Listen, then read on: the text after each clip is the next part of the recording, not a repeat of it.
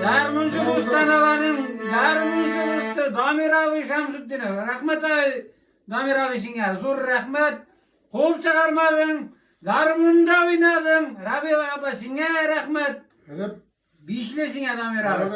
ne bit? Bizde aytayotgan söz var. Zorlap, buralaytıp kelip kirgen kişiге bizde her vakitte da paşot deydi.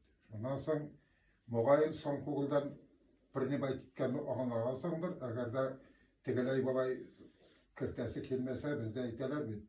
Okşamagan kişi kirse Piseyde kuup sagar diler.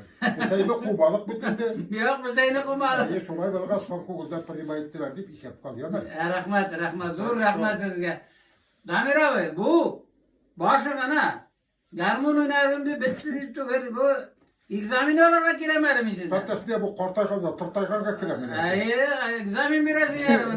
Tek günde Garmun tutasın.